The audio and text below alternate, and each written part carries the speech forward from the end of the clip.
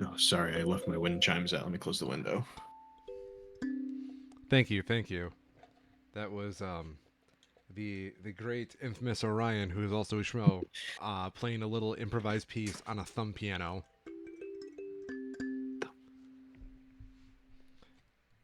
You ever seen these things?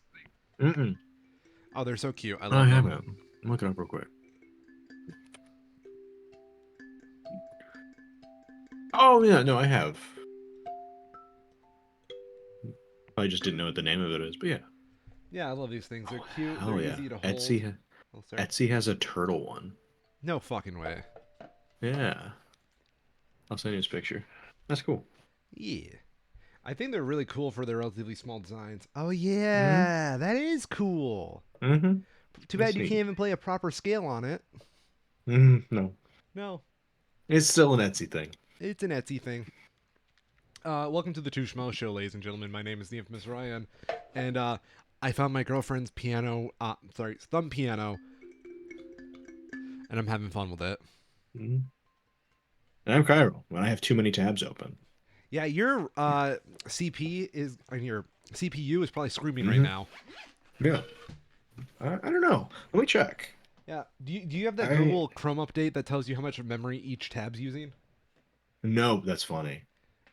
Yeah. I have fucking Yahoo Mail pulled up right now. Just check my emails real quick. 338 megabytes used. That's not as bad as I thought. I have only 2 gigs of Chrome tabs open right now. That's actually kind of impressive for Chrome. Yeah. A lot of it is like Reddit pages, so it tends to save a bit because I can just copy a lot of the elements. Fair enough. Ladies and gentlemen, we took a week off last week because the news has been so Mm, slow, and our yeah, fucking hubris came to bite us in the ass.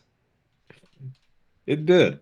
Because I mean, to be fair though, I think it was the right call at the time because everything happened like at 4 o'clock Sunday night and then after. Yeah, you're right. So Where do you want to fucking start? Because like this is a packed week. I want to start with the union stuff. Okay, the good side. I Got it. think the union stuff is the you know, it was happening the earliest, right? And there was a surprising variety of union things happening. If I can make a bold statement, um, Yeah, I would consider 2023 to kind of be the year of the union, with how much the unions have been for sure. active and how much winning's been done. Really? Yeah. Yeah. But both in current unions taking action and new unions being formed, for sure. Not to mention that one law that got passed saying if like a corporation union busts or gets caught using union busting, the union automatically gets approved. Hmm. Year of the union, ladies and gentlemen.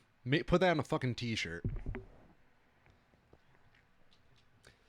But yeah, what's new in the union world, Kyril? As if I don't already know. Yeah. So the big union news that started off this week was that a tentative deal has been made between the Writers Guild of America and AMPTP, which would bring an end to the 146-day writers' strike. So the exact details of it, I'm trying to see if I have in this article here. I don't believe that they are. No, we should have them by now. Let me see if I can Y- find it real quick. Because yeah, the last time I heard that they were like it was with the lawyers basically while they were working out like literally the fine print, I'm pretty but it sure hadn't Adam been like Conover fully tweeted released. the wins. Uh, Uh, I just remember reading about the fucking AI shit. The AI shit was pretty yeah. good. Yeah, I was wondering on that too because that hadn't been decided when I last heard it. But the big thing that I was seeing people talking about it is that given the fact that the WGA like union committee, I guess is the like a specific term. It's like a specific committee within the union had agreed to this tentative contract. That was the big thing.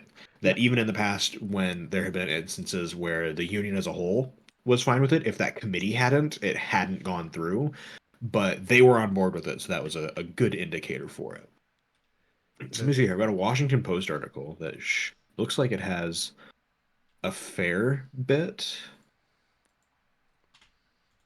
So, according to the agreement summary released by the WGA, negotiators obtained several concessions from studios and streamers on basic pay with residuals. Writers who work on longer content that has a budget of 30 million or more and is made for streaming services will now receive an 18% pay bump and 26% increase in the base rate with which residual payments are calculated.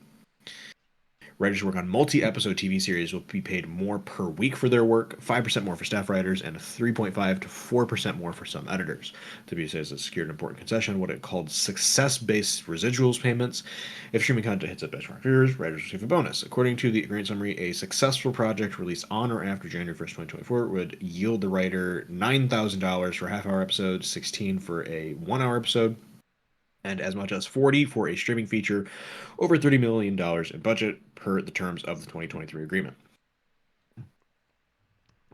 On AI, the WGA secured concessions from streamers and studios on AI, including that AI generated written material cannot be considered literary material written by a human, and that companies cannot require writers to use AI software such as ChatGPT when writing.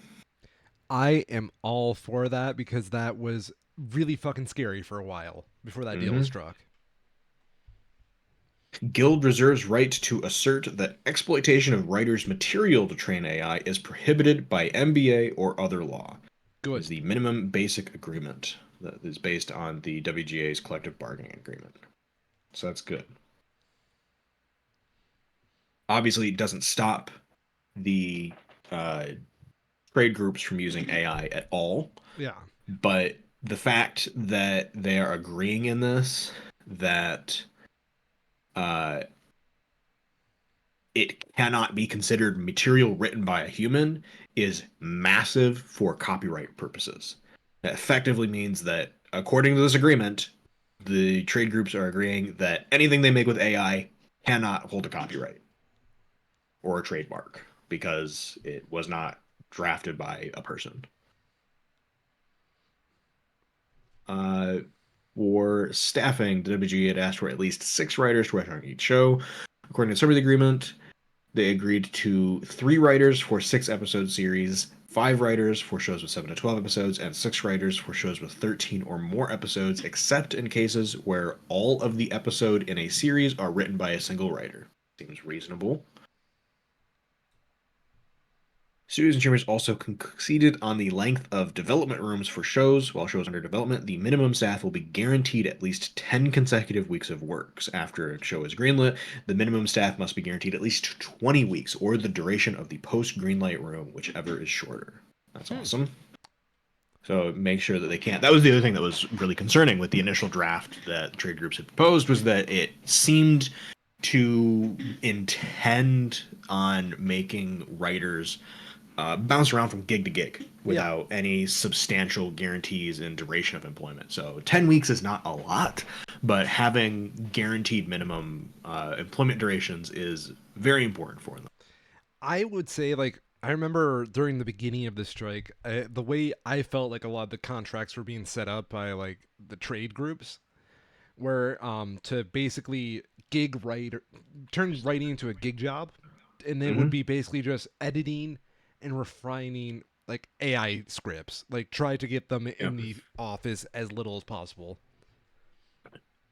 Last sort of interesting little nugget here. The WGA was wanting to have streaming platforms publish their basically their watch time, which the platforms are of course reticent to do because as it seems whenever we get a little bit of a look behind the curtain, it's never as great as they seem to have people think it is. Oh, yes. Yes, yes, yes.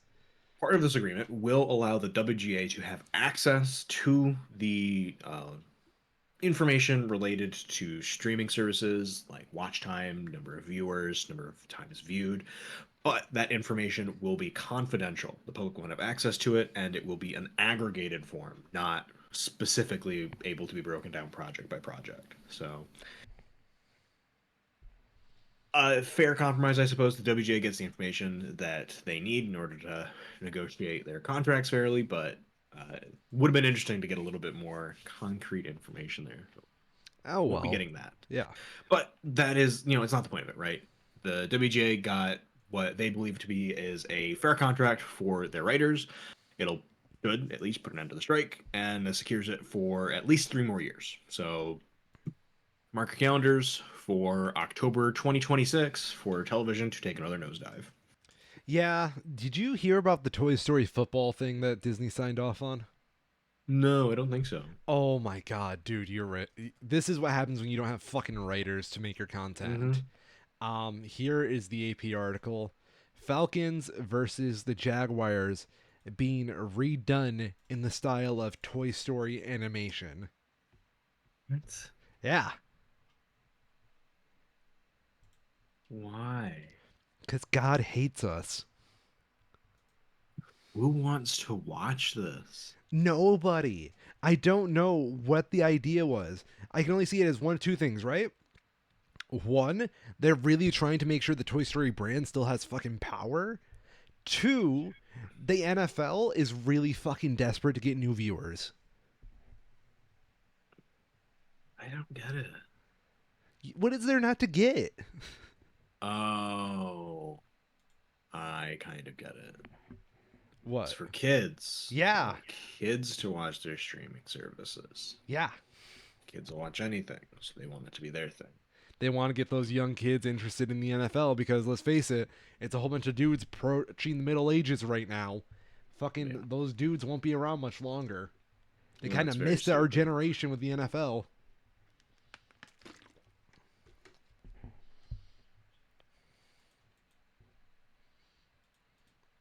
Hmm. I don't like it. No, that's very dumb. Yeah, Yeah. I'm not a fan of it either.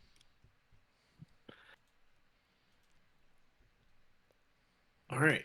In other union news, though, while one strike ends, a next one starts. SAG-AFTRA have approved. So I guess notably as well, uh, Actors Guild was, I believe, striking with the writers, even though they were not striking for a new contract.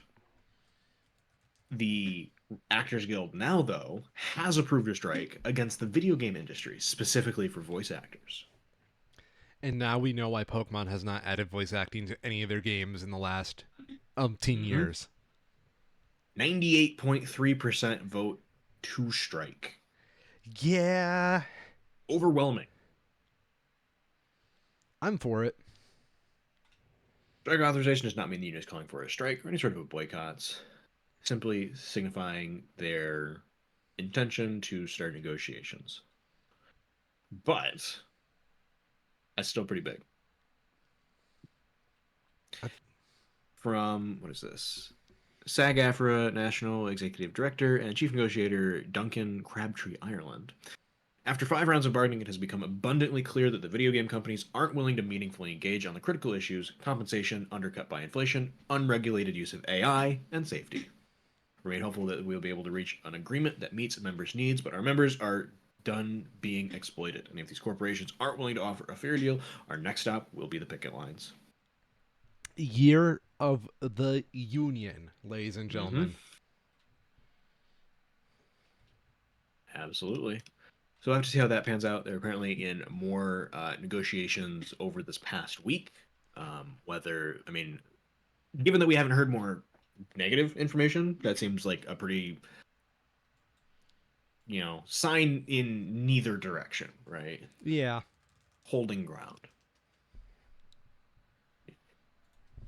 And on the United Auto Workers front, are some very, kind of small updates, but a really interesting one that I thought, where the UAW has announced new strikes at both General Motors and Ford plants. However, they are relenting some at Stellantis plants, citing momentum in their negotiations with them. I think this is fascinating. The UAW strategy for this strike, given how large their union is, means that if they just go for a general strike, they have the potential to run out of money very quickly. To prevent that, they have been instead going through rolling strikes where they are targeting specific facilities that are instrumental to Ford, General Motors, and Stellantis's production lines and using those targeted strikes to very effectively cripple the production of vehicles, things like engines, right? It doesn't matter if the rest of the car's done. If you don't have a complete engine block that's been manufactured to put in it, you can't sell that car. So they've been targeting those plants specifically while allowing the others to remain open in order to both minimize the amount of time that the workers are spent off their jobs, as well as preserving their own strike funds, because that is fewer workers that they are then paying to stay on picket lines. Okay. This is a really cool continuation of that, where they're able to then ease pressure off of Stellantis and put that more on GM and Ford. So now they don't have to worry as much about paying their Stellantis workers to strike. Stellantis is coming to the table, seemingly negotiating in good faith, and that puts even more pressure on Ford and GM to do the same, while their competitor is now making more cars that they can then sell because they're also, being striked against harder. It's very interesting, very cool tactics to see them taking with this.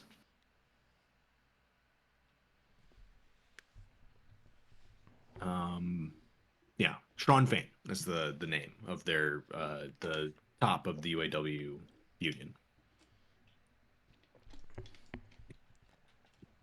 I'm happy.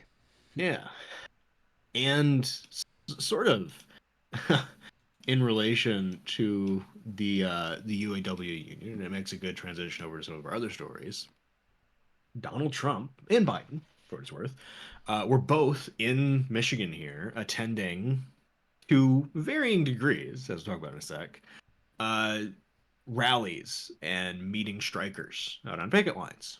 Uh, After the situation that happened with the rail companies, that I need to go back and actually reread through some of the details of it because I know the headlines painted out Biden in a bad way during that strike because the actions that ended up being taken did seem pretty shitty, right? Where you have the rail workers striking because they were concerned about their safety. And the appearance was that Biden came in, said, no, we're not going to close the rail lines, and forced them to go back to work. And that was that. But the reality of it seems to be that the way that Biden forced them to go back to work was that the action that went through Congress and ended up being signed by him was basically like 90% of the strikers' demands. And I wasn't aware of that. So I think that's going to be an interesting thing to come back around on as this UAW strike continues to unfold.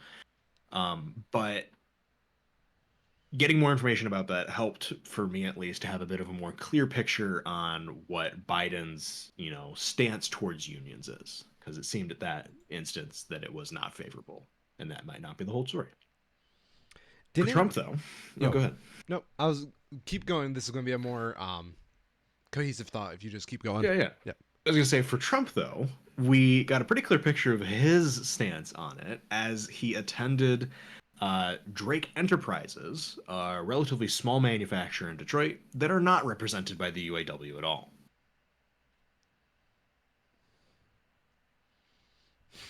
And the whole thing is par for the course, disappointing, but not surprising. Many of the attendees at Trump's speech on Wednesday were apparently paid whatever you want to call them. They were paid to attend, carrying signs falsely identifying themselves as union members. One person held a sign that said union members for Trump, but admitted to the newspaper that she was not a union person. Another carried a placard with the words auto workers for Trump and confessed he was not an auto worker when the outlet requested an interview. Neither identified themselves. And this is a very common tactic. And it's not something exclusive to Donald Trump or even the Republicans, but it is certainly interesting to see how regularly they make use of it. I believe the Daily Show, not the Daily Show, last week tonight had an article piece a few years ago now, I guess it would be, going through the paid rally attendee kind of thing where they pay people a couple $100 to show up and be a warm body to hold a sign.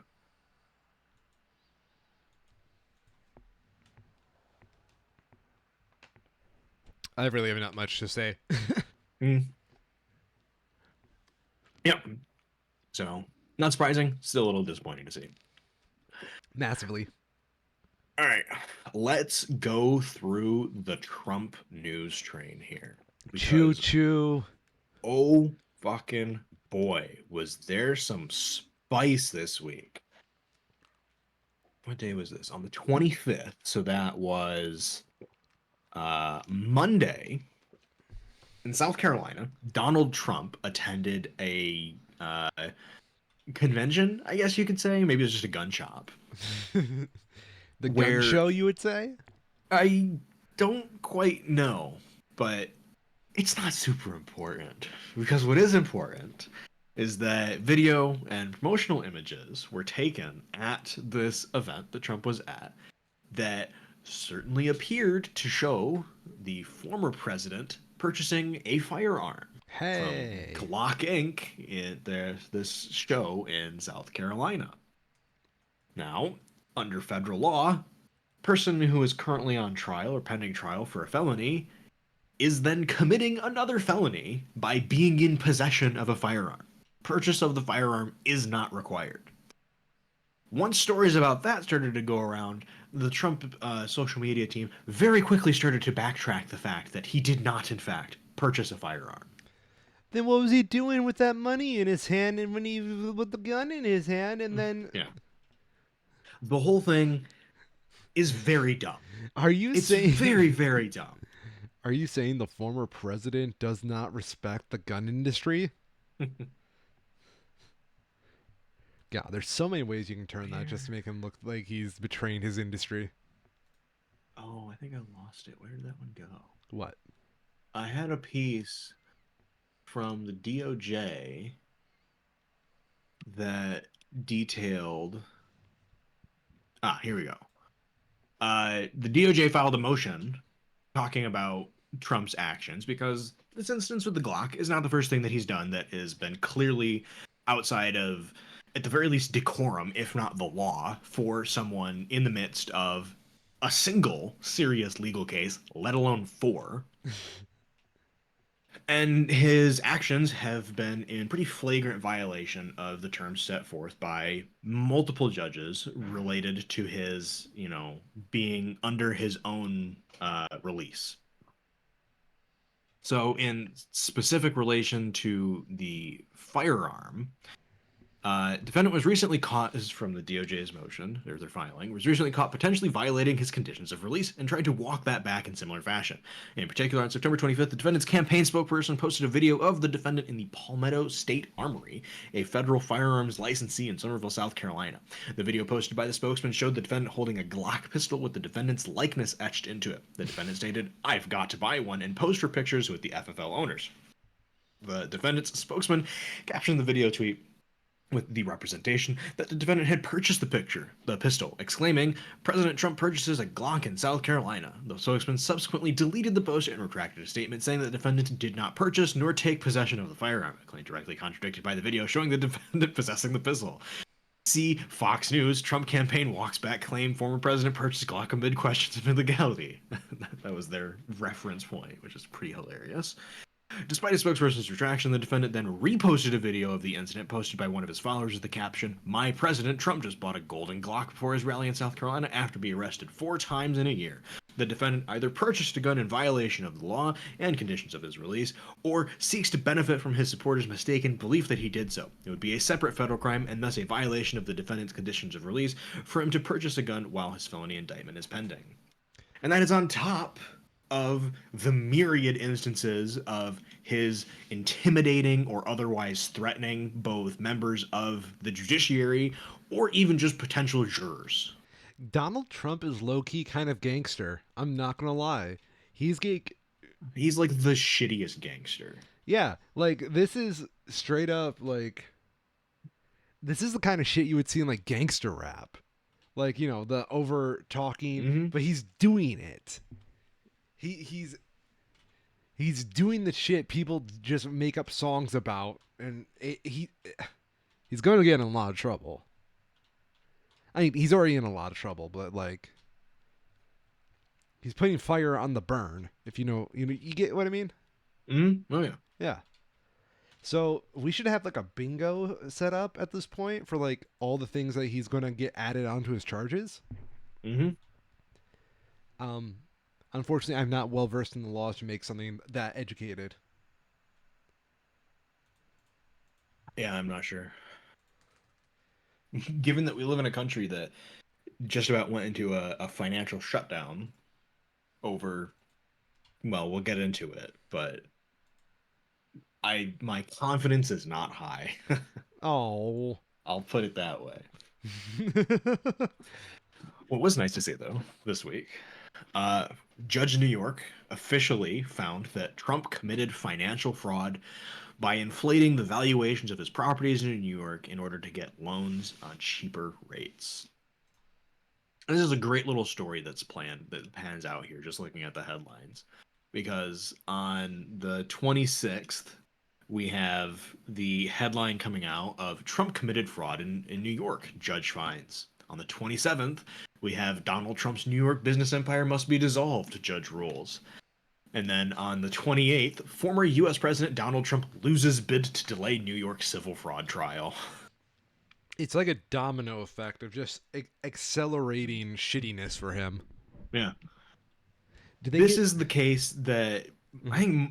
think it's been going on the longest compared to the events related to the, insurrection at the Capitol and the potential, I don't even hesitate to call it potential at this point, the election crimes that occurred surrounding that. This fraud trial is so cut and dry.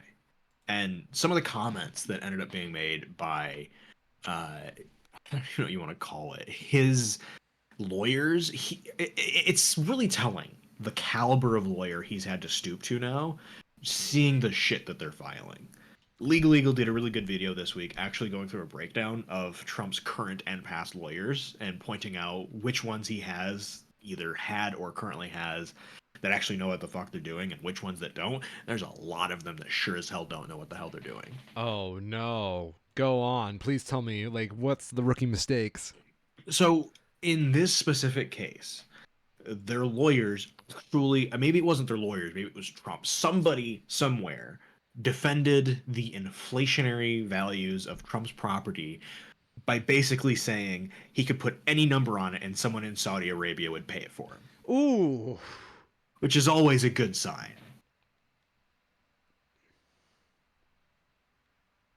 Some good pieces here from the actual case itself. Um, the TLDR of it, Trump made false and misleading statements on annual financial forms, overvaluing property values based on their future potential rather than their current worth.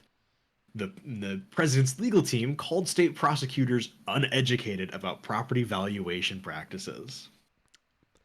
They're not wrong. I mean, they're very wrong because. I meant the judge. The judge, Oh yes, yeah, Yeah. yeah. For that part, yes. Yes. From Judge Arthur Engeron. Time and time again, the court is not comparing one appraisal to another. It is comparing an independent professional appraisal to a pie in the sky dream of concocted potential. In defendants' world, rent regulated apartments are worth the same as unregulated apartments. Restricted land is worth the same as unrestricted land. Restrictions can evaporate into thin air. A disclaimer by one party casting responsibility on another party exonerates the other party's lies. It is a fantasy world.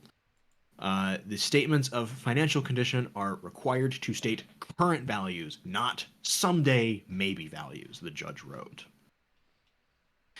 Trump's lawyers asked the judge to dismiss the entire $250 million civil suit over What? his asset valuations on a motion for summary judgment, claiming state prosecutors are uneducated about real estate and failed to grasp the former president's expertise on the subject. Is this fucking Saul Goodman? This is like some Yeah. fucking. This is like. Okay, no, my apologies. Saul Goodman in the popular series Breaking Bad and Better Call Saul was a good lawyer. This is the kind of shit people Yeah. make memes about him saying. Yeah. Yeah, yeah. What the fuck? Trump's lawyer, Chris Keyes, said the estimated current values on Trump's financial forms don't hinge on current market conditions and were not the same as fair value or market value.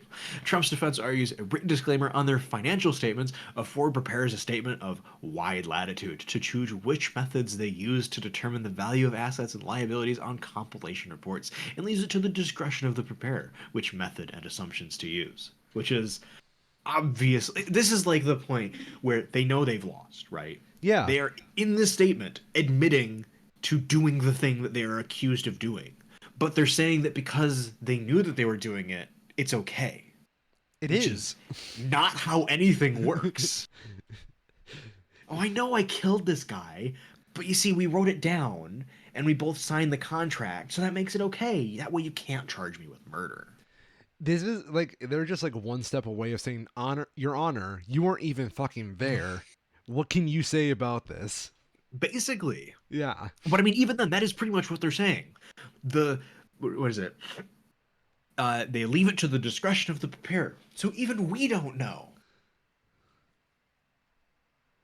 It is flagrantly stupid.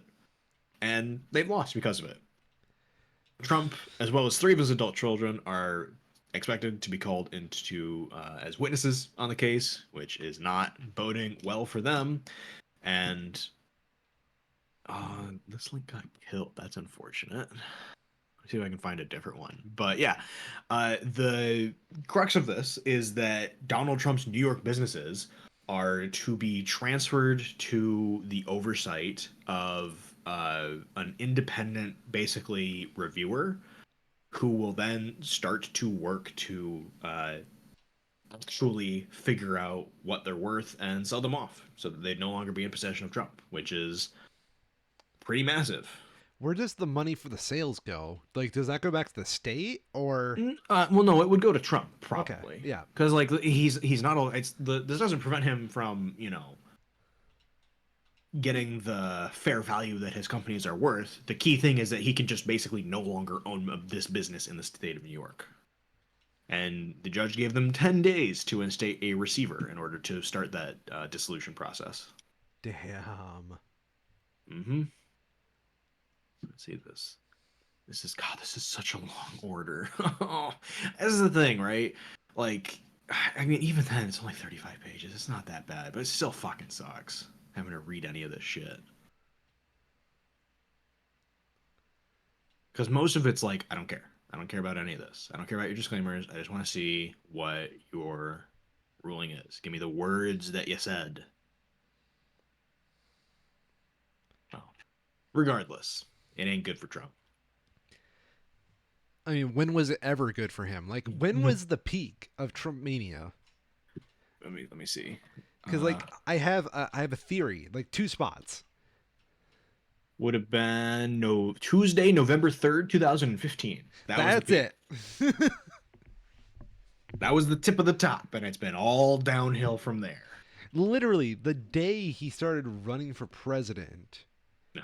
it's like one, you know you're up to bad shit. Why are you getting so many eyes on you by running for goddamn president? Like, Hmm. there's a reason why there's so many fucking career politicians. It's because they literally have nothing else in their life but to go up for higher offices. And it's also why most people don't fucking join politics so late in their fucking life. Because either, one, they just don't care, or two, if they done bad shit, they don't want the attention on them. God damn. Hmm.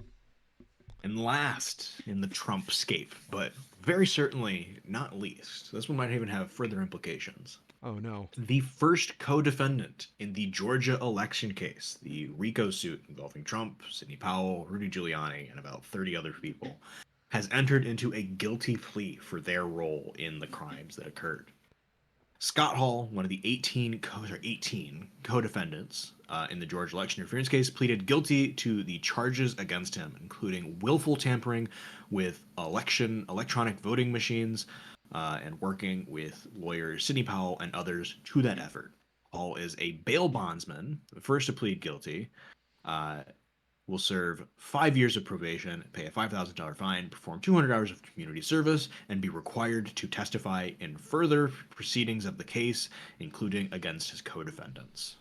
Ouch. Very much the first domino. There's going to be many more people in the same boat as this, people who can't afford to go to jail, basically, who probably can barely afford the kind of caliber lawyer that they would need to even begin to navigate a case like this. And honestly, for what happened here, 5 years probation, $5,000, and 200 hours of community service is not nearly enough for attempting to overthrow our government. So we'll have to see where this ends up going. But uh, this is given the narrow role that Hall is accused of having in the scheme. This is not too surprising to see, especially since it gives them quite a lot of ammunition to start using against the others. You know, if it goes from Hall to Sidney Powell, it's not many more jumps there before it gets all the way back up to the top.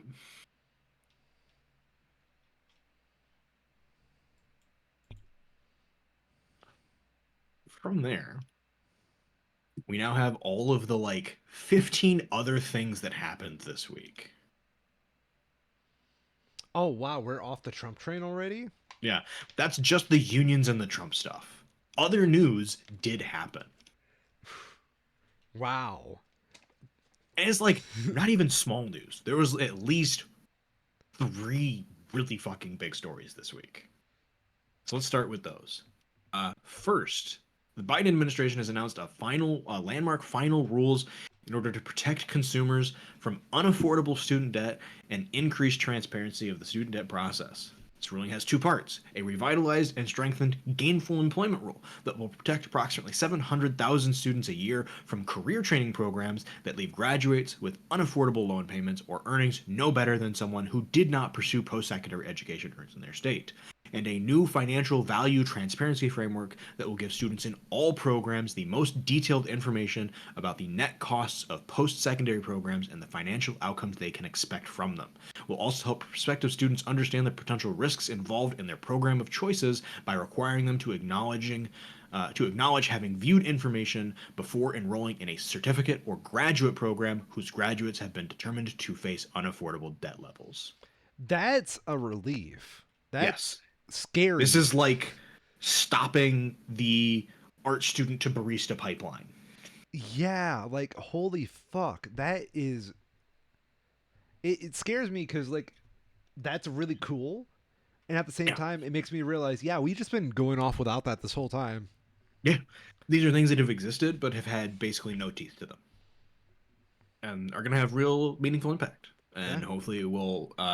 This doesn't fix any of the wrongs that happened in the past, but this should hopefully give more people the information that they need to not fall victim to these sorts of traps that have existed for decades. There is this ridiculous like trap I've noticed. I'm very fortunate that I haven't seen it myself, but like a lot of people I know, where it's just like interest rates while you're in college, and if you're not paying on those debts already in college, they'll just fucking murder you because they just keep compounding on themselves for like 4 years. And Mm-hmm. like the scary part is like a lot of the federal aid, you don't get that much your first year. And that's usually where they start compounding the most because they have the full 4 years to compound on itself. Just god damn. Mm-hmm. For sure. Second big piece: a federal judge in Texas has thrown out the Texas drag ban, saying that it violates the Constitution. Because of course it fucking does. That was a real waste of money. Thrown out for First Amendment violation. SB 12, the state bill in Texas, is not narrowly tailored in its purpose to protect children. Accordingly, it is not narrowly tailored to protect a compelling state interest. However, even if SB 12 were not an impermissible content based regulation, it would still fail as an impermissible viewpoint restricted as described below. And even if it were not an impermissible viewpoint restriction, it would still fail due to its overbreadth. Accordingly, the court finds it to be substantially overbroad as written based on the plain text of SB 12. But even if it were not overbroad, it would still fail due to being unconstitutionally vague. Accordingly, the court finds it to be unconstitutionally vague. Uh, and then, even if it were not unconstitutionally vague, it would still fail due to it being an impermissible prior restraint on speech. Based on the foregoing, the court finds that SB 12 impermissibly infringes on the First Amendment and chills free speech. Based on the foregoing, the court hereby declares SB 12 unconstitutional restriction on speech. The court concludes that SB 12 violates the First Amendment as incorporated to Texas by the 14th Amendment of the United States Constitution. Court orders that defendant Warren Kenneth Paxton, Montgomery County, Texas, defendant Brett Ligon, etc., are immediately enjoined, basically prevented, from enforcing that bill. Fuck you, Paxton. Fuck you, Texas. Get the hell out of here. I love that I, little line at the end. That's very good. I Good job. love when judges go through this, where it's just like, you're wrong because of this. And even if you weren't, you're also wrong because of this. And even if you weren't also that, and they just go through like six different things. I fucking love it. I've noticed, like, just by running this show with you for so many years, I've noticed that's your, what's the word I'm looking It's for? so good. It's like your mic drop almost. It is. It is so nice. Just like, it's like, you're wrong, you're stupid, and here's all the reasons. Go fuck yourself. It's the only good actually. Yeah. Yeah. It's really nice. Uh, what's not nice is the fact that Senator Bob Menendez is probably a corrupt piece of shit. Oh, Menendez. I forgot we were going to have to talk to him about. Okay, go on. Yep. Go on. Talk about gold money. U.S. Democratic senator from New Jersey is accused of failing to. What is this? Oh no! Right. So it's so dumb. I had forgotten that because there's like obviously just like the regular when you think of corruption you think like briefcase full of money, right? Yeah. It's stupider than that. According to the indictment, on May 6, 2018, Menendez requested that the State Department provide him with non public information regarding the number of people serving at the U.S. Embassy in Cairo and their nationality. Upon receiving this information, Menendez texted that information to his then girlfriend, now wife, Nadine Menendez, who forwarded it to an Egyptian businessman, Wael Hanna, who in turn forwarded it to the Egyptian officials. Notably, the senator requested this information from the State Department after having met with Nadine Menendez and Hanna earlier that day. That's fucked up. Mm-hmm. Yep. Because Menendez serves as the chairman of the Senate Foreign Relations Committee, he had the ability to place holds on pending military financing or sales, or to release those holds. The State Department, what is this? In May of 2018, Menendez provided, again using Nadine as the intermediary, non public information to Egyptian officials regarding the release of military aid to Egypt. Menendez also personally met with the Egyptian government and military officials in July of 2018, in which he received briefing materials regarding Egypt's foreign policy goals and subsequently communicated he would be approving their requests, lifting the holds, via his then girlfriend. In doing so, Menendez apparently surreptitiously undermined the State Department's leverage and negotiating power with the Egyptian government to the material benefit of Egypt. And it goes on. I believe There those. are at least five separate charges related to his interactions with with the Egyptian government through the intermediaries of his then girlfriend, now wife, and other Egyptian officials between 2018 and it looks like 2021. And hopefully, if the Democratic caucus knows what the fuck they're doing, they're going to send his ass to the curb. Anything less than that is not enough. That's just. Because these are extremely serious implications. This is some Trump level shit. Like, what the Yeah. fuck? Oh, it is. Yeah. This is like almost exactly the kind of shit that the Republicans are accusing Biden's son of doing. Why aren't they actually attacking him? Because, like you It's a said, he's very dead. good question. Because, like, this is like their wet dream. This is everything they would want. And yet, no one, like, they don't talk about this. Mm-hmm.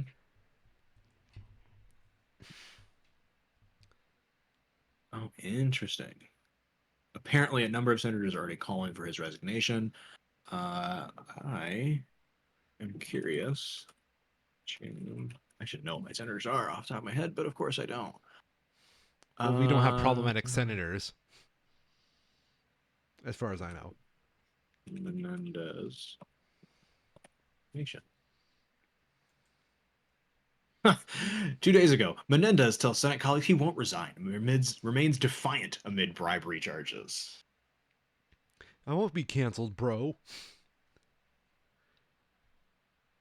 That's A Gary scary. Peters, chairman of the Senate Democrats campaign arm, joined the growing chorus in the party who are calling for Senator Bob Menendez's resignation following his indictment on federal bribery and corruption charges. In a statement by Peters on Tuesday, as elected officials, the public entrusts us to serve in their best interests and in the best interests of our country. While Menendez deserves to have a fair legal process, given the serious nature of these charges and how they have undermined the public space, he is no longer able to serve effectively in the U.S. Senate. I urge Senator Mendez to resign. Good on you, Pete. You did the thing. You did the bare minimum. It just occurred to me I don't know who my senator is just because I moved. Senator's the same. For us, it's Stabenow and Peters. House of Reps, no fuck clue either. Damn. But senators are statewide. Fuck. Never mind then. But I couldn't remember either, to be fair. I had to Google it just now. So I'm in the 20th Senate District. I apparently have fucking Eric Nesbitt, Is that for the state of Michigan or the federal? federal. Interesting. Oh no, that's state. My bad. Yeah. Curious what the House of Representatives is, though. Oh no, that's not what I want. Federal. It's really hard to look up this information. To be fair, Yeah, it doesn't help that with like Google, they want to get you like your local people more. man. Oh my god. All right, I get what Wikipedia is doing, but like that is confusing as hell. Can't you just give me a map? Give me a fucking map. I have the list of the districts, but I have to look up another thing. Michigan House of Reps Oh yeah, I got. districts. Look at that Gary Mandarin.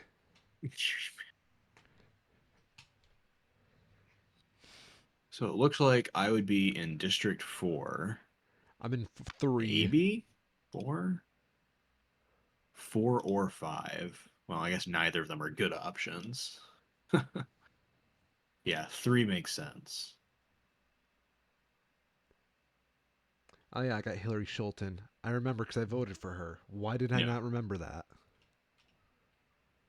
Yeah, on Wikipedia though, they have a list of all Michigan uh state representatives dating back to 1893.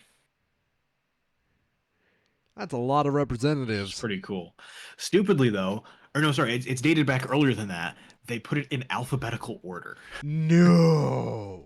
You can change it so it goes back to 1837, but it's just like, why the fuck would you default to that? Who wants that? Unless you are specifically aware of which senator you're looking for. Yeah. Yeah.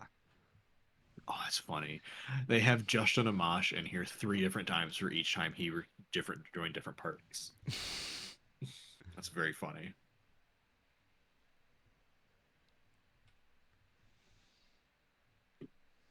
So yeah, fuck you, Menendez.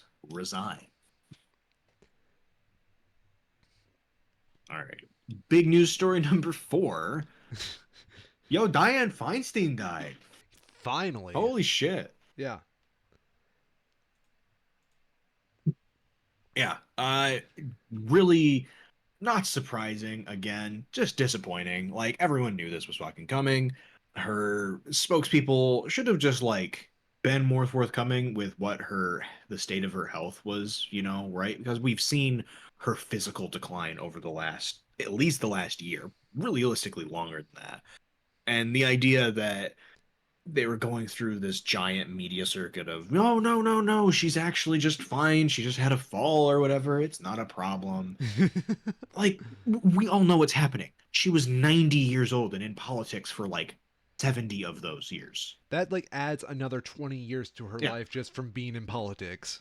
People in politics do not age gracefully. No, look at Mitch McConnell. Yeah. Yeah. Which I think People need he's to the oldest member of Congress now. probably is. He's got to be up there. Yeah, like top 5 easy. Chuck Grassley is apparently 90 still. Damn. No, that Feinstein is out. Grassley is 90. Grace Napolitano, 86. Wow. Uh, McConnell's not even in the top five. What? He looks so. How old is he? That man is not healthy. 81. He just barely skirts outside the top 10, but he looks like shit. Which is not surprising. Half of these people look like they should be in a goddamn retirement home because they should. Literally, grandma, grandpa, Fucking please retire, please. retire. This is the frustrating thing that I found. I don't think, I'm not going to have anything to really mention about it, but there's a really cool video that's been going around during the various Senate conversations that have been happening, and uh, Congresswoman, fuck, Jasmine something. I should remember this. I watched it like twice now. Jasmine Crockett gave a hell of a speech and caught a lot of people's attention because she's obviously younger than these fucking dinosaurs. Everybody's just like, yeah, that's the kind of like passionate, actual giving a shitness that we need in Congress from, the younger generation. And she's still like 48 or something. She's And almost half as the age of all of yeah, them. and it's really fucking depressing that that's like a young congressman. Get these old people the fuck out. Get people who are actually representative of the constituents in. There's an age limit for president, like in terms of how young you could run. Yeah, There right. needs to be a fucking age limit for how old you can be in If that politics. is not discriminatory, I don't see how an upper limit could be. Exactly. There is Exactly. no there is no good argument. There is no. I'm just tired of boomers, man. Boomers, Yeah. I am so sick of at this moment. Average age of the current Senate is 65. That's unacceptable. Obviously too high. What was 65 years ago? What, 1960? 58. 58. So the average congressman was born. Well, they were growing up. Presidents of the 1960s. Let's see. Oh, why should I even bother with that? Because they were growing up with the Vietnam War. No wonder they're all fucking out of shape and whatnot. Fucking Nixon still in their head. Mm-hmm. Yeah, at least 7 of the top 10 are Democrats. They should start fucking leading by example and get the hell out while their districts are still locked in. Why did no one learn shit from RGB? Yeah, Yeah, because they're all just narcissists. they are. Like, honestly, they gotta believe there's some kind of hype that they bring to Congress. Hmm. Like, what the fuck? Like, the only one that I understand even remotely being there, and I still don't want them there, is like Nancy Pelosi. Hmm. Just because Nancy Pelosi is apparently very good at fundraising for the Democratic Party in general, Yep. which, whatever. If you can bring in the money and you make other people happy, I But you don't guess. have to be an elected official to do the fundraising. Exactly. Like, if you think like just your presence there is going to cause more fundraising in the future, all power to you. Get the fuck out of my Congress. Yeah. Yeah, There's so many other positions they could be appointed to. yeah. You could be a staffer. You could be Yep. a staffer. For sure. Do you think it's? And the oh, yeah, go ahead. I'm sorry. Do you think it's like actually hubris, or do you think they just don't want to leave the Oh money? no, absolutely. I think it's absolutely hubris. I think that the amount of money that they get paid, they get compensated for, is clear to me that they do not want for anything. It is, and the power that they have by being in Congress is clearly worth more to them than the actual financials of it. They don't care about the money. They just want the power of being in office. Pure narcissism. Yeah. Yep. And our last pretty major story, we got quite a few smaller ones. The government shutdown has been averted. Last night, in literally hours to go, a bill was pushed through the House of Representatives with an overwhelming support. Also, quickly cleared the Senate and was brought before Biden at like 12:01 or something. It's fucking absurd. Let the man go to sleep, for fuck's sake, and signed into law. preventing a government shutdown. The bill will allow the government to stay open until, I believe, November 17th. Is what the exact date is. Uh, it's a temporary funding measure that is pure compromise in that kind of nothing happens. It's largely a continuation of the current budget with no additional funding for Ukraine, as well as no real cuts happening to it at all. Um, where did the allocates disaster relief funds? That's what it is, because obviously we're in hurricane season. New York is under like 2 feet of water again. No But shit. does not include new financial assistance for the ongoing war in Ukraine. Mm, mm, mm. Yeah, good on him for getting it done. It is absurd that it got to this point in the first place, and the fact that it passed with a vote of 335 to 91, I think is very telling.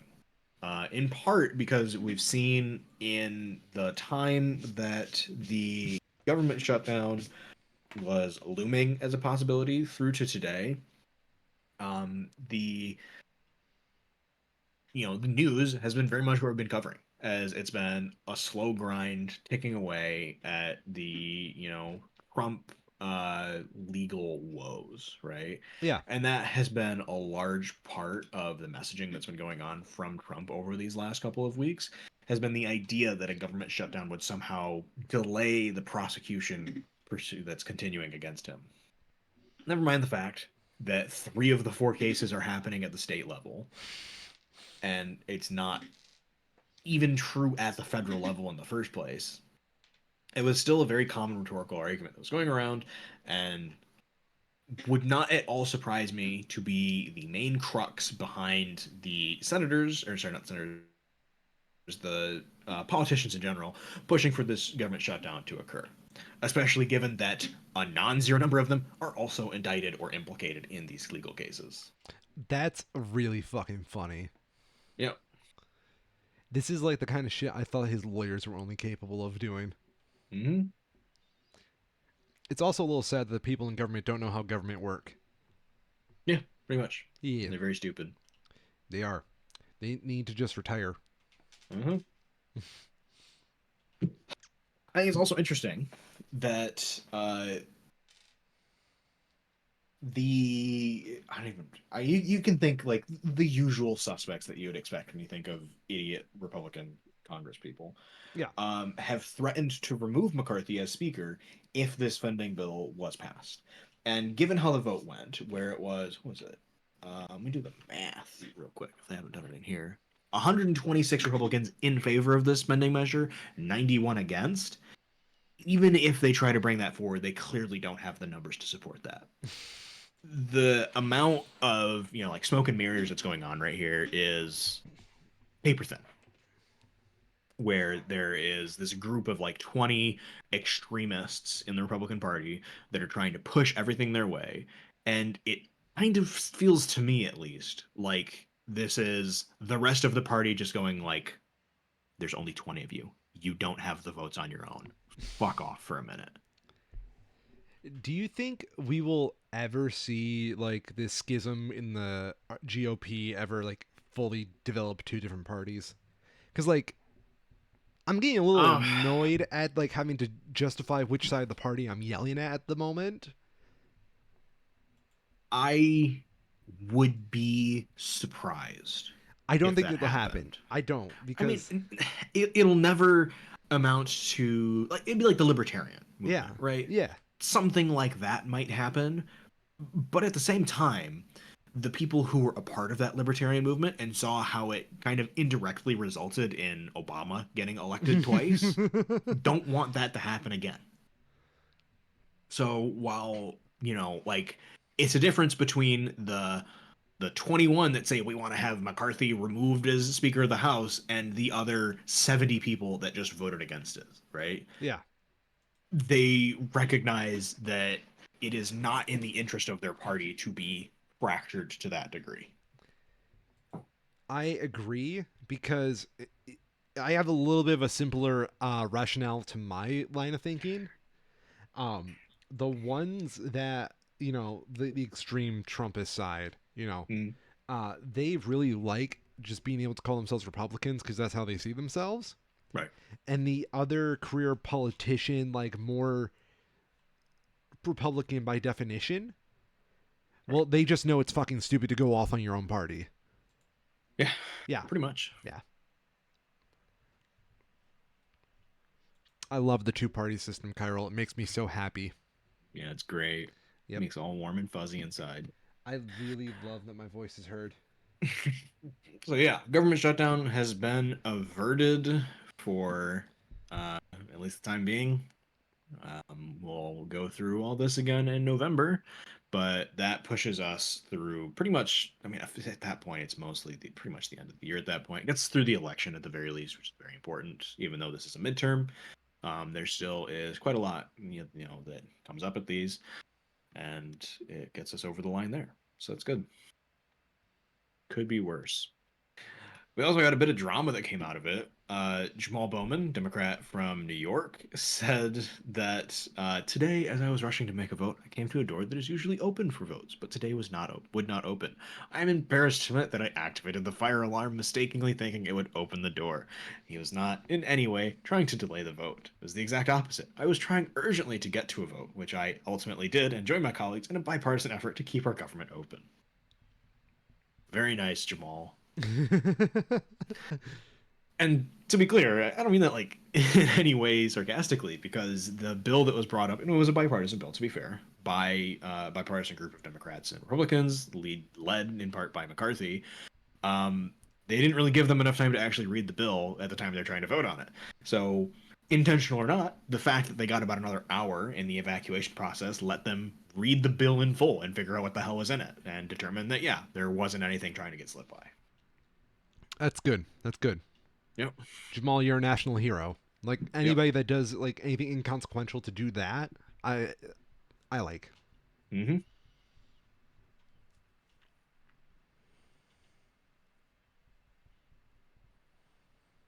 All right. Let's slowly making my way through the tabs. Less serious news now. Oh, We get to get some of the thank more God. fun stuff.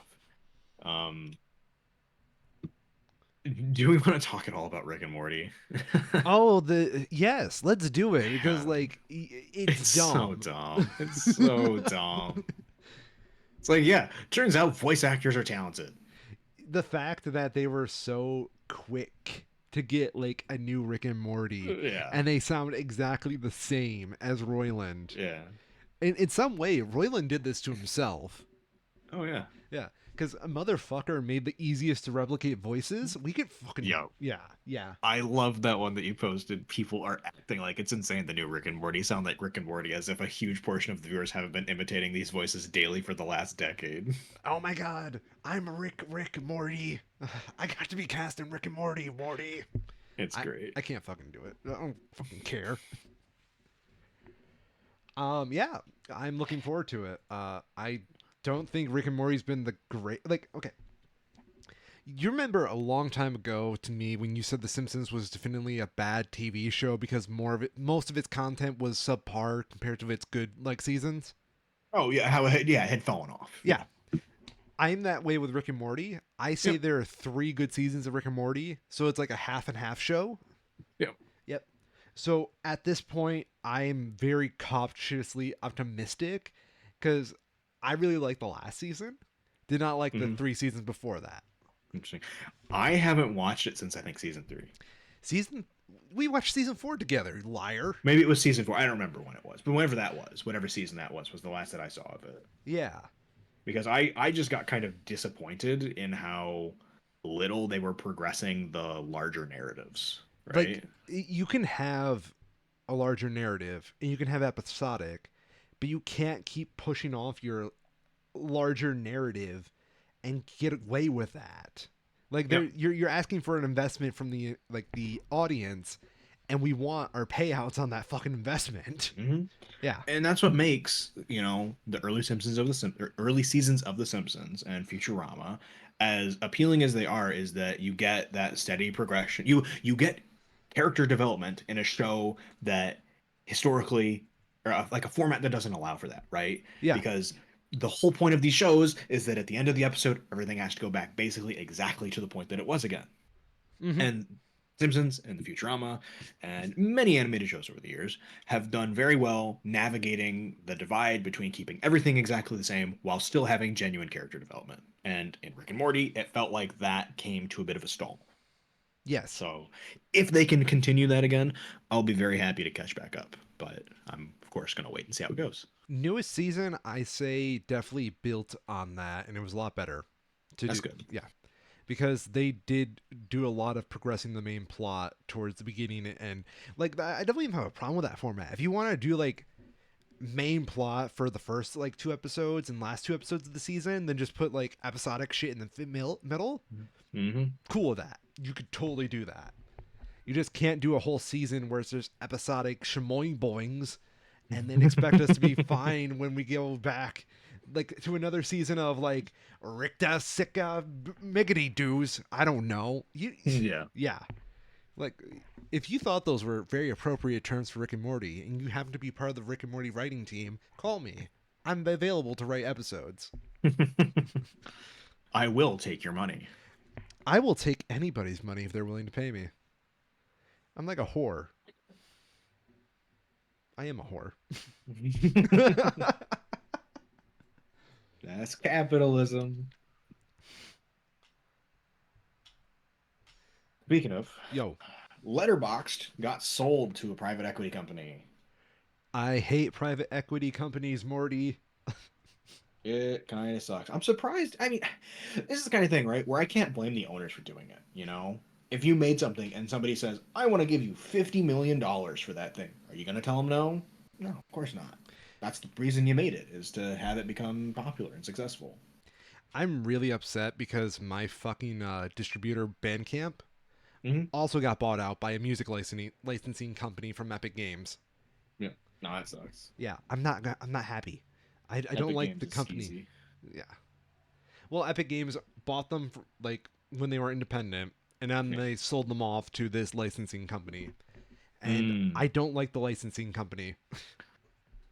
Yeah. So a majority of Letterbox, 60% has been sold to Tiny, a Canadian investment and holding company. The founders of the company will continue to lead it. They talk about a bunch of crap that is ultimately kind of a bit hollow and a little disappointing. Um, yeah, usual corporate speech kind of stuff. Like ideally, it is the slow progression of the inevitable and shitification of everything on the internet, right? That's the Even if yeah. even if nothing happens tomorrow, it will happen eventually. That is the shitty thing about being alive today. Like the Yep. internet sucks. Yep. It is no longer as fun as it used to be. And I'm For not. sure. You have Yeah, to just sit here and watch the things that you like get ruined for money, yeah, and dude. you have no control over them. If you can find like any shed of like the old internet culture of like it used to be like no kind of nomadic bohemian creativity all over the internet because it was so all over the fucking place. But like ever since like Web 2 and it's been like more condensed by social media, everything just sucks because like if anything becomes popular, venture capital is going to jump on it because they want the Hmm. next Facebook, want the next Twitter, they want the next everything, and it sucks because of that. User generated content on the internet is probably the best thing ever. Problem with that shit is it's always going to get bought out as soon as it becomes popular. It is like I don't remember where I heard this, but it was basically like anything new will deviation from the norm won't be tolerated unless exploitable. I don't know. I just remember there was like this fancier way of saying that. I don't Hmm. know. I don't know. I don't know. I'm I'm just a boomer. I'm an internet boomer. Do you remember funnyjunk.com, Kyril? Oh yeah. Best website on the internet back in the day. Hmm. Yep. It's really disappointing because a lot of those old websites ran on Flash, which doesn't function anymore. Yeah. I miss those days. I miss the days of old internet user generated everything. And they're gone. They're gone. So sad. Yep. In other news, we had a leaked email from Phil Spencer. Oh I thought it was fuck. kind of interesting. Uh, Saying that, talking about, let's see if I can get the actual quote here. It's kind of short. Yeah, no, thanks, PC Gamer.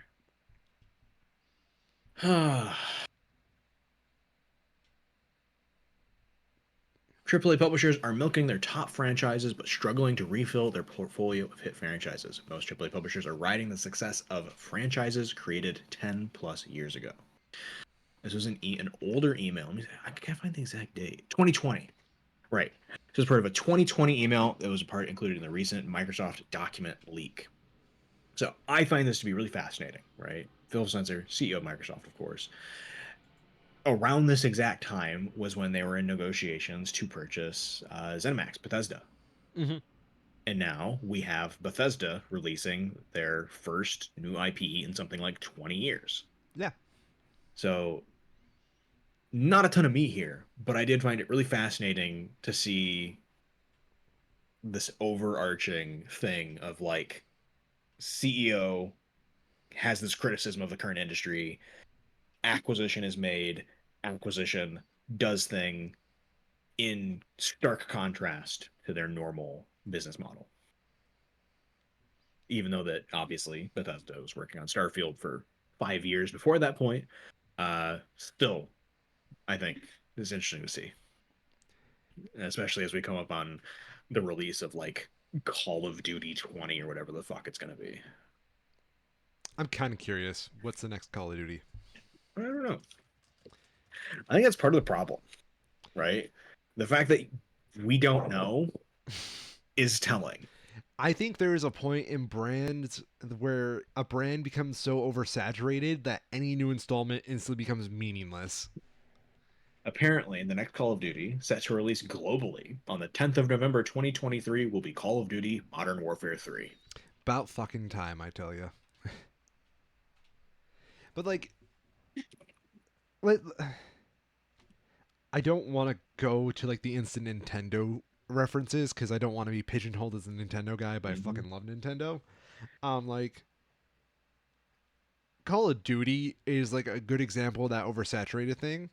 At Yep. least like FIFA, whatever the basketball game is.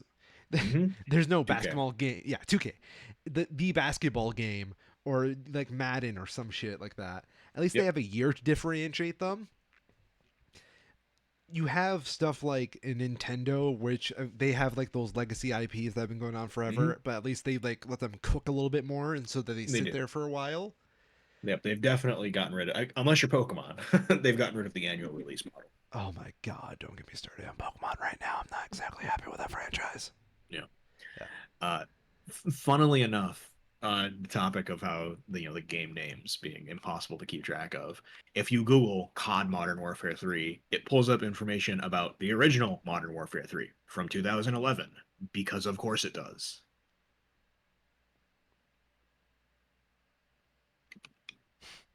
So yeah, not even confusing enough that they change the name every other fucking time. They just reuse them now. That blows my mind. They didn't even like try and change it. Like they have their thing, how they started with Black Ops, where they went with like Roman numerals eventually. Yeah. And the original Modern Warfare series uses what would it be, Arabic characters, tricked traditional numbers. Yeah. So they could have that be COD Modern Warfare number three being the old one, and COD Modern Warfare III being the current one. But no, it is just again Modern Warfare 3. And like, is that just a marketing decision, or I don't know. I would I hope feel that it like it was is. probably the decision was probably made as a familiarity thing. Everybody knows Modern Warfare 3, but the problem is that everybody knows the original Modern Warfare 3. It is iconic amongst gaming, and it is so emblematic of that time period that I can't see how. I mean, I can see how they came to it, but the confusion that it's going to cause is a bad marketing choice, I think. Grandma, I wanted Call of Duty Modern Warfare 3, not this Xbox 360 garbage.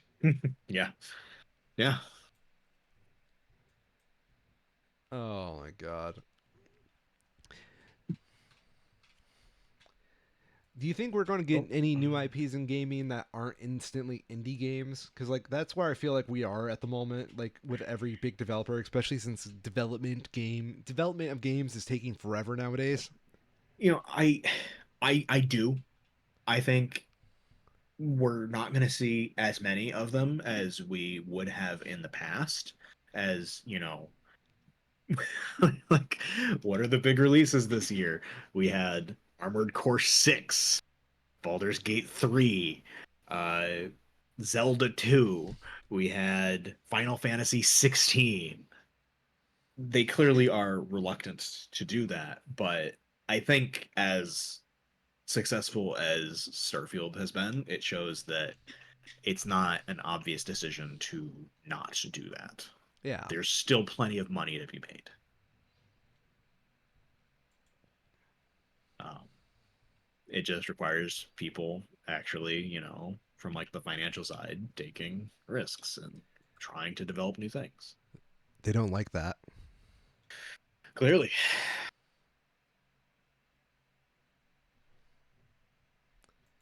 I'm curious. I looked this up before, but I can't remember what I came up with. What are the biggest releases of the year? Because there's so many of them, right, that Yeah, are boring as hell. It's interesting. Uh, Major releases of the year. I'm just going to go through this list because I think this is fascinating. Uh, Starfield. I'm just going in order. Starfield, yep, Hogwarts Legacy okay. did pretty well. Technically, I mean, it's not original, but it is not based off of a previous video game. At least I'll give it that little teeny tiny bit of credit. Um, Hollow Knight Silksong, That has not been released. That is a not lie. released yet. Yep, Pikmin 4, yep, Atomic Heart okay. didn't do super well. Remnant 2, never heard of it. Mm. Tekken 8, Oxenfree 2, Dead Space Remastered, Forspoken, didn't do well. Baldur's Gate 3, Wild Hearts. I vaguely remember this, but I can't quite place it. I'm sure it was fine. Uh, that's a VR game. I don't care. Company of Heroes 3, Dragon Age Dreadwolf. That sounds like a DLC. Final Fantasy 16, Fire Emblem Engage, Mortal Kombat 1. Of course it fucking is. Exo Primal, which again I think did kind of medium. Lords of the Fallen, again heard about it, didn't really come out to anything, and a lot of these are DLCs. And I guess that is the way that the industry is moving towards, right? Where you do something like Cyberpunk 2077, and then you release one or two DLCs for it instead of making full fledged games in the aftermath. And that sort of helps you limp along until then.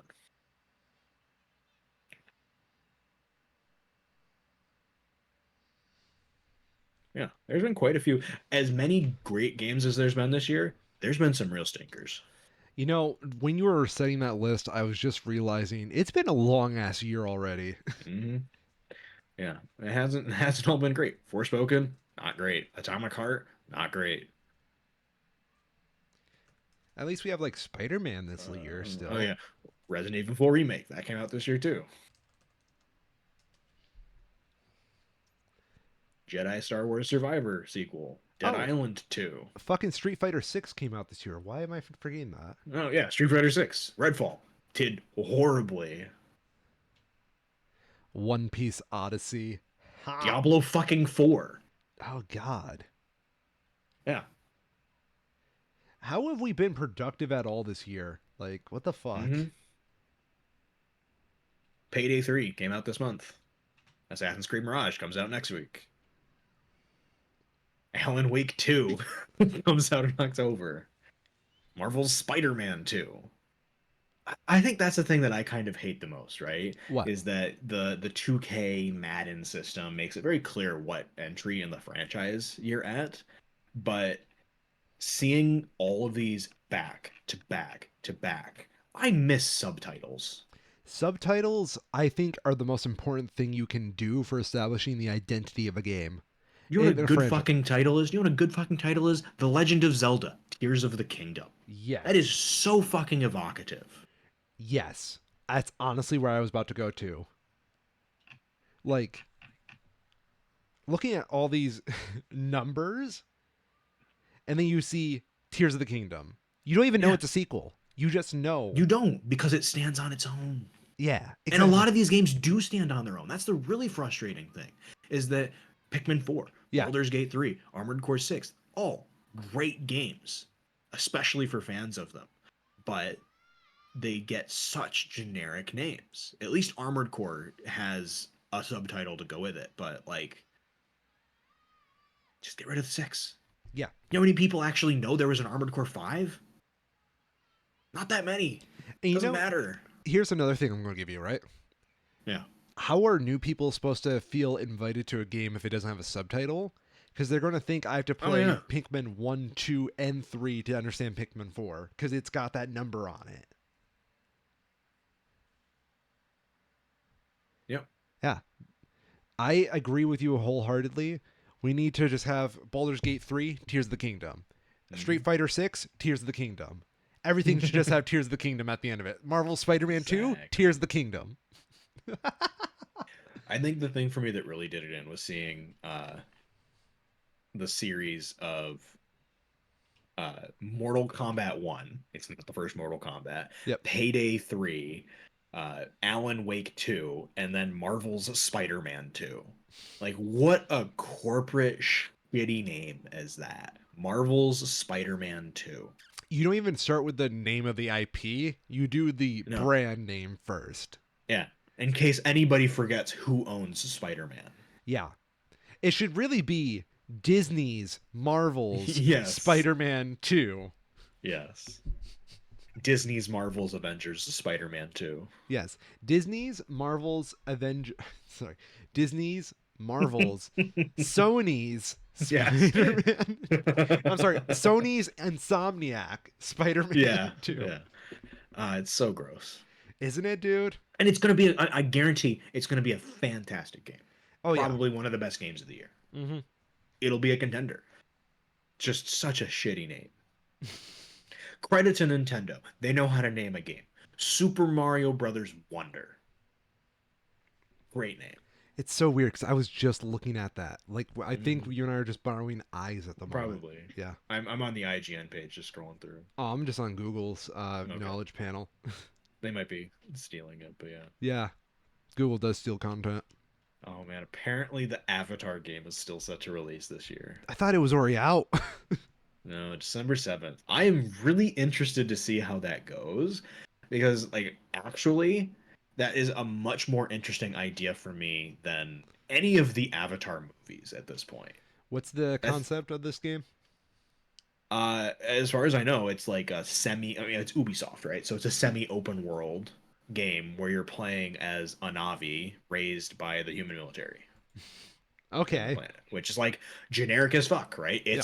That's Avatar, but at the same time, I feel like that's such a more interesting way to engage with the actual deep work that the people who made that world did in developing it.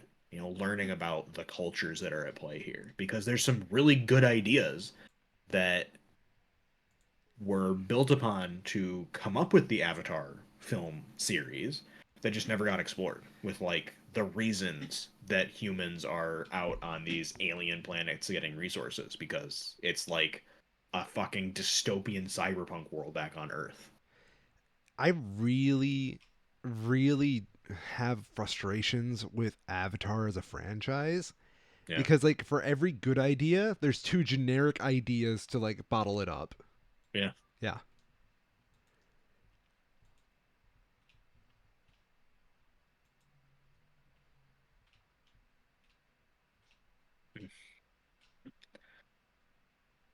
I'll say as well,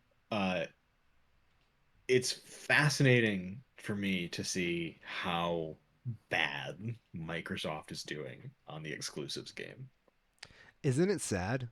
and how but on the other side of it how Starfield is kind of like their it's like the panic button for them. Like, oh fuck, Sony's got Spider-Man and Final Fantasy. Hit the Bethesda button. Bye, bye, bye. And then they have their exclusive. Oh, fuck. We forgot to talk about the big guy. Because we were making fun What's of that? Marvel's Spider-Man 2, right? Yeah. Fucking Marvel's Avenger is getting delisted. Is it really? Yes. That didn't come out that long ago. No, it did not. This is 2020. so this is the Yep. Oh, it's delisted like now. the co-op MMO light one, not the newer one that's more RPG-esque. This is the one that was developed by Square Enix and Crystal Dynamics, the Yeah. one that everybody hated. What was the other one? Like Heroes of Sun or something? I'm not. Midnight Suns. Midnight Suns was the other Marvel game That's that it. came out the Yep. last year. That yeah, yeah. The I one that am had the actual direction behind it. Yes. yeah. You know they put a it's morbing time joke in that? They did. They did because it has Morbius in it. Of That's funny. course, That's so good. they slipped one in. Yeah, I'm not too surprised. What a botched launch.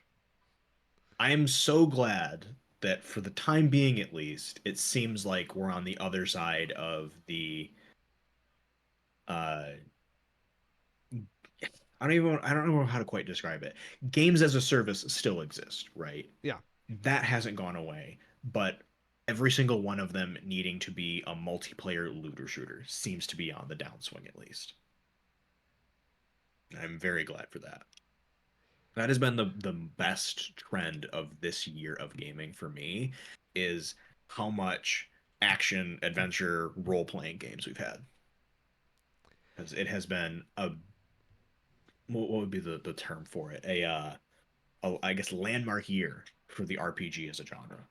I love this last review posted for Marvel's Avengers on Steam. It's on Steam. The Okay. last most recent review was R.I.P. Bozo. Get in the fucking bin. I want to know who took the time to like wait for the exact moment to do Oh, that. Anyway,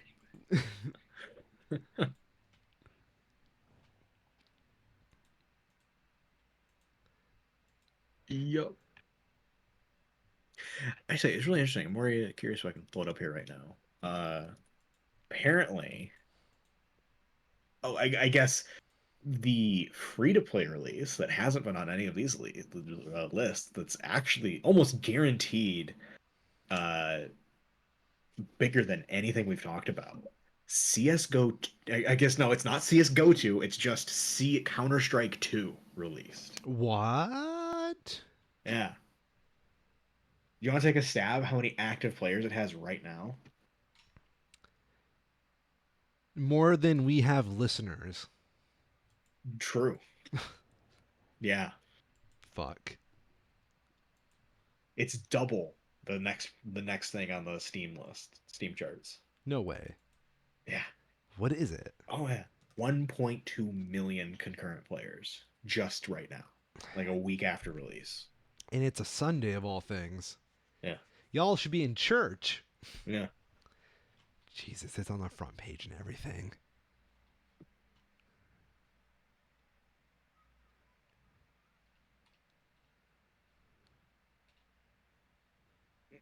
It's weird. But yeah, it is, Counter-Strike was of course like the biggest game ever.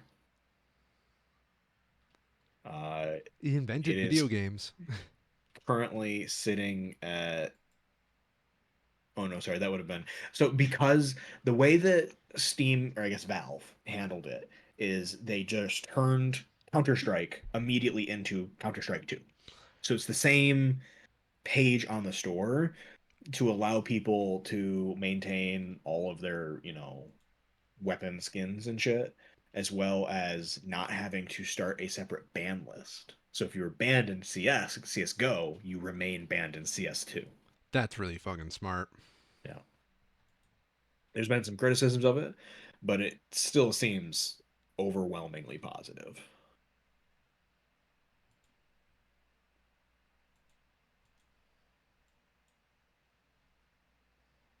Oh, I see what's going on here. Weird that they have it broken down like that, What's up? but I get what's happening. Um, on the Steam page, they have the little subchart that shows what the player count was on, or I guess the hours played per day compared to total hours. Hmm. So for something like Starfield that released only what a month ago, it doesn't have the bar completely filled out here. So it gets truncated for like the last week because everything else has been released for at least 30 days, and it hasn't. It has 30 days concurrently of it being live. It's been Yeah. so long since I was last on Steam. I forgot how much I kind of like Steam. Mm-hmm. It's all right.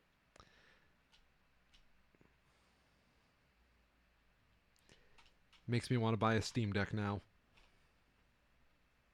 I'll say, having had one, it's been a pretty damn good purchase. Is it? Like Yeah. I imagine. It is surprisingly capable. Like for games that released this year, it can run Starfield. Not Okay. well, but the fact that it can run it at all is shocking.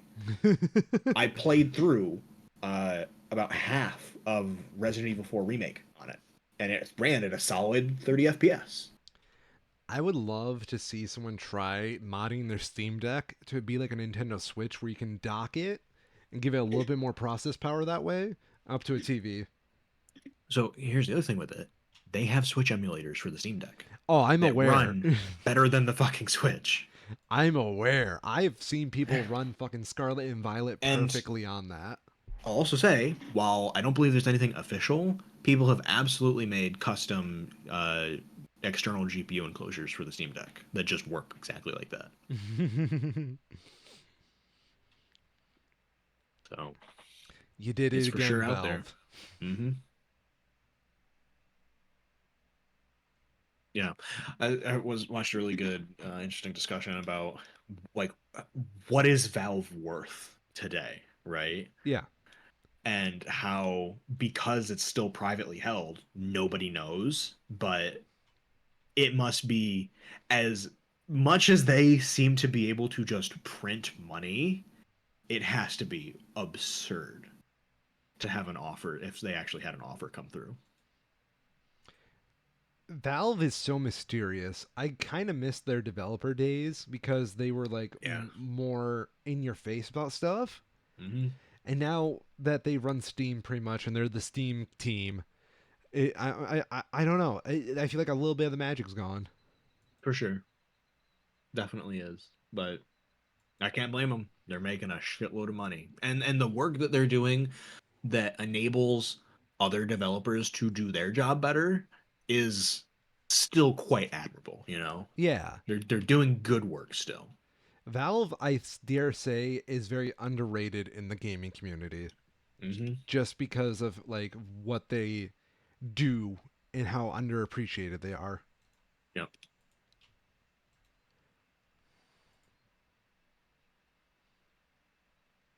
Yes, getting Final Fantasy 14 online. That's the reason I'll get a Steam Deck. Perfect. There you go.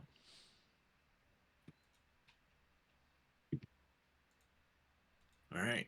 We have all right. I don't even know what to say about this, right? I mean, it's the thumbnail for the show, so we have to mention it at least. Oh yeah. Elon went down to Texas to spout some stupid shit, and he looked like a fucking idiot doing it. He wore a cowboy hat backwards, which I didn't even know you could wear backwards. Allegedly, he was live streaming from the Texas-Mexico border talking about immigration.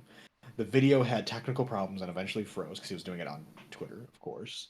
And apparently, a few minutes after the video froze, he sent a three-word company-wide email that just said, "Please fix this." It's just beautiful. Sums it all up entirely. Oh yeah. So, what the fuck was he even trying to say about immigration down there? Because like, I don't know if you know Nothing this. productive. Elon isn't a politician. Nope. He's just a guy with too much money. Yep.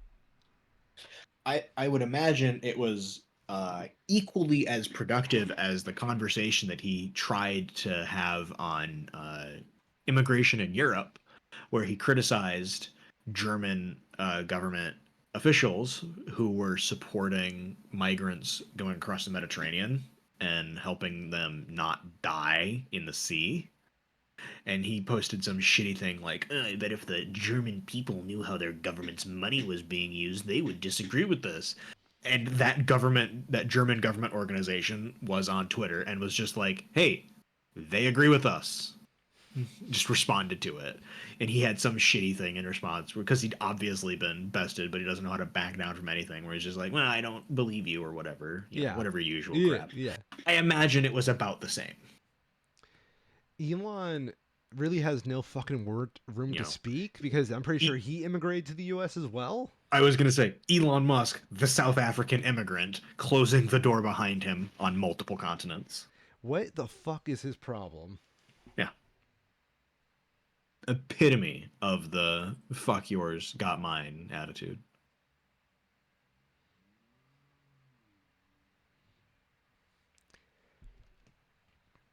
So, can we like revoke his citizenship for that?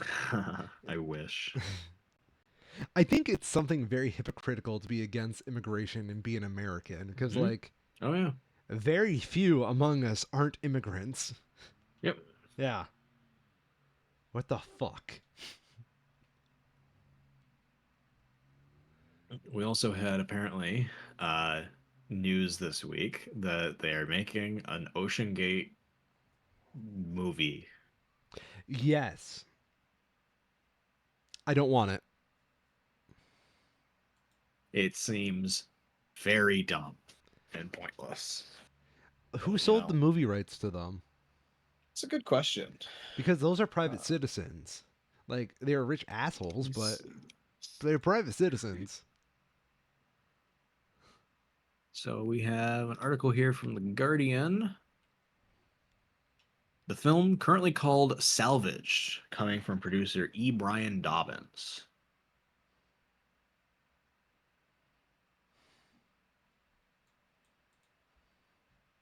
Working alongside Mindrot Entertainment, a company also making a docuseries about Kyle Bingham, the former mission director of Ocean Gate. Oh no. So it doesn't say. Apparently, Deadline broke it originally.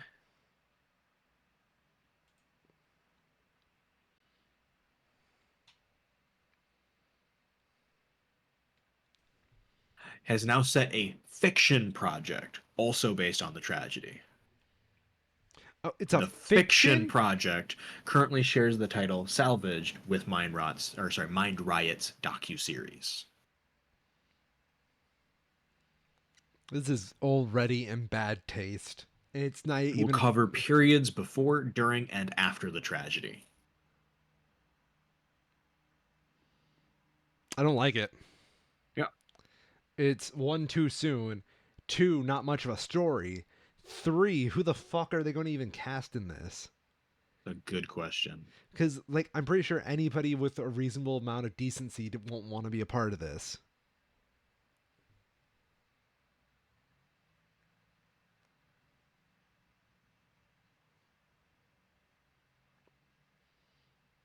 Yep. So that's a thing. Do we have anything else that's, like, actually important? Two movie releases. Hey! Saw 10, Saw X releases this week. And would you know it, it's another Saw movie. I didn't saw that coming. I'll see myself out. It's apparently doing well. It's at an 85%. So if you like Saw movies, this is more of that. More in my alley, also releasing this week, is The Creator. Oh, yeah. This is a science fiction action thriller. Uh, Trailers depict it in a post, not really apocalypse, but The gist is that some sort of artificial intelligence that is tasked with controlling weapons of mass destruction deploys those weapons against a major population center, resulting in basically all AI being abolished at like a global level. And the movie seems to follow one of the soldiers who is tasked with you know, destruction of that AI, finding an AI in the form of a young child, and then going through the science fiction, stuff from there. Hmm. Definitely looks very visually interesting. There's some cool ideas here, but fortunately, it is currently sitting at a 68%, which is on the low side. A little low, yeah. When's the last time we had a good sci-fi movie though? And I'm gonna be very general, like strict on this, Uh, and ask: yeah, it has to be original and it cannot be like part of an IP. yeah, I'm curious. Because like I can't remember the last good sci-fi film I've seen like that was original. Sci-fi's in a weird state right now. Let's see. In the newest. I'm gonna skim here. Oh, well, of course, it would have been Megalodon the Frenzy. Oh fuck! I should have known. I guess everywhere, everything. I'm sorry, everything, everywhere, all at once was probably Hmm. the best sci-fi film in a while. But it's like also multiverse. Would you count multiverse as like science fiction? I would. Yeah. Okay, yeah, okay. Then I guess we have that question mark. Yeah, I'm doing a skim to see if there's anything more recent because I'm not sure. I don't think Uh, so. apparently, they also arrested the killer of Tupac. Oh yeah, my I was at a seafood boil with my folks and uncles the other day, and they were having a fucking party for that guy getting arrested. Seems a bit much, but I guess go off. I guess my family was just secretly Tupac fans this whole time. I Which, mean, it's not like it's been a secret as to what happened, yeah, but like to be able to prove it legally in the court of law, I guess. don't Oh my just guess God. me there. That's like important. How did we miss this? We missed a major release this year. What? To be original, Dark Side of the Moon. Okay, everybody. My name is Nathan Ryan, and I've been a schmo. What the fuck is to be Dark Side of the Moon? Shark Side of the Moon travels back in time during the Cold War, where the USSR developed hyper aggressive sharks. Unable to kill them, USSR military leaders launched the sharks at the moon. Flash forward to present day, and the first team of American astronauts on the moon in decades must repair a module found on the dark side of the moon, where the astronauts encounter the unkillable Russian moon sharks and endure an epic fight for their lives. That sounds fucking amazing.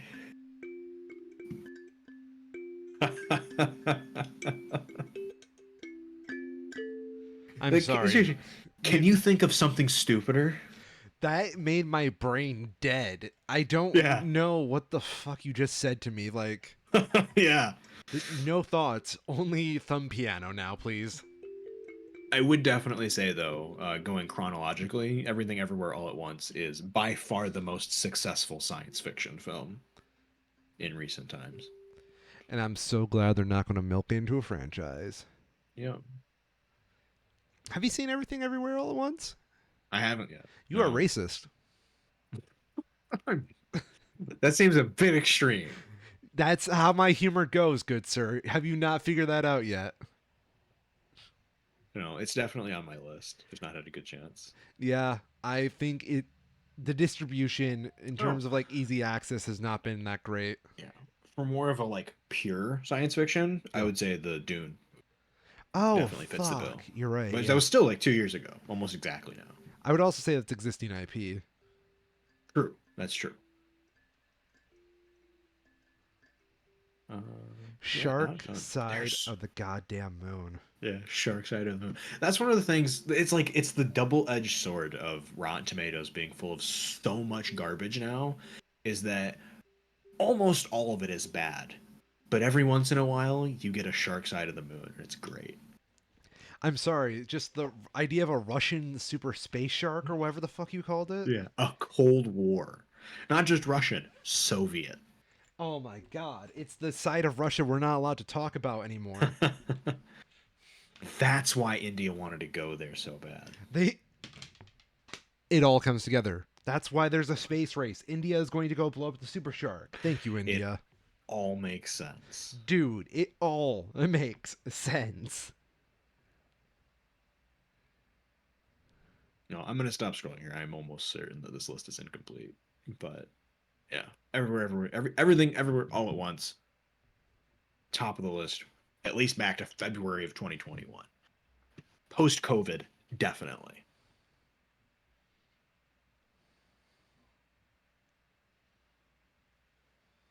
Man, COVID was really a boon for the shit tier movie.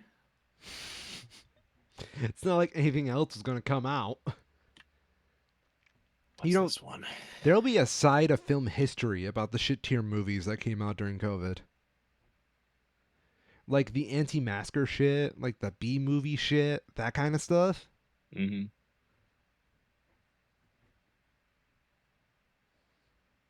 No, that is, I believe, all that I have now, though. Well, then, I'm hurting right now. Like, you can't say Russian space Soviet super shark at me and not They hurt me. couldn't kill it, so they had to shoot it at the moon. Yeah, like they were trying to legit. Like, here's the thing, though, right? Sharks don't need to breathe air to live. I believe by the end of the year, we will put an American shark on the moon.